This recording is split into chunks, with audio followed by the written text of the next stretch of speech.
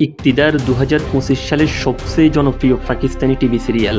এটি মূলত ন্যায় বিচার, সত্য ও রাজনৈতিক ষড়যন্ত্রের উপর ভিত্তি করে নির্মিত হয়েছে, যা বাংলাদেশের সামাজিক মাধ্যমেও ভাইরাল হয়েছে।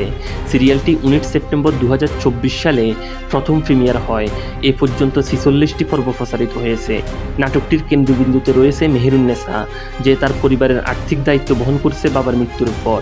তার জীবনে সবচেয়ে বড় ধাক্কা আসে যখন তার ভাই রাজনৈতিক নেতা সামান শাহের ছেলে শাহনেওয়াজ শাহের ষড়যন্ত্রমূলক গাড়ি দুর্ঘটনায় মারা যায়। মেহেরুন্নেসা ন্যায় বিচার চাইতে গেলে প্রভাবশালী রাজনৈতিক পরিবার আদালতে অন্যায়ভাবে প্রভাব বিস্তার করতে চায়। এই ঘটনার জেরে শুরু হয় এক জটিল লড়াই, যেখানে মেহেরুন্নেসা শক্তিশালী রাজনীতিবিদদের বিরুদ্ধে লড়াই শুরু করেন।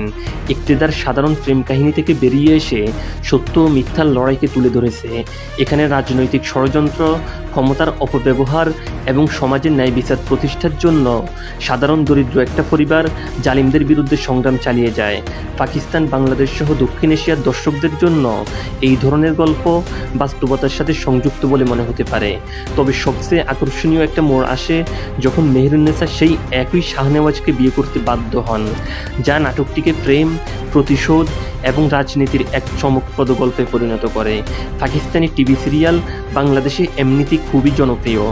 এর মধ্যে ইকতিদারের মতো সিরিয়ালগুলো এখানে আরও বেশি জনপ্রিয়তা পাওয়ার মূল কারণ হলো সিরিয়ালটিতে ন্যায় বিচারের জন্য সংগ্রাম, পারিবারিক দায়িত্ব ও রাজনৈতিক ক্ষমতার অপব্যবহার নিয়ে আবর্তিত হয়েছে, যা দক্ষিণ এশিয়ার বাস্তবতার সাথে মিলে যায়।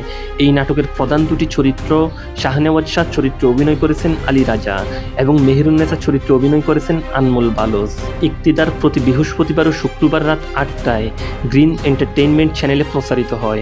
ইকতিদার সিরিয়ালটি শুধু বিনোদনের জন্য নয়, বরং সামাজিক বাস্তবতার প্রতিচ্ছবিও বহন করে। যারা থ্রিলার, রাজনীতি ও সম্পর্কের জটিলতা পছন্দ করেন তাদের জন্য এটি অবশ্যই দেখার মতো একটা সিরিয়াল। নতুন পর্বগুলো দেখার জন্য চোখ রাখতে পারেন গ্রিন এন্টারটেইনমেন্ট চ্যানেলে। আপনি কি ইতিমধ্যেই ইকতিদার সিরিয়ালটি দেখেছেন? আপনার মতামত কমেন্টে জানাতে পারেন। ভিডিওটি ভালো লাগলে চ্যানেলটি সাবস্ক্রাইব করে ফেলুন।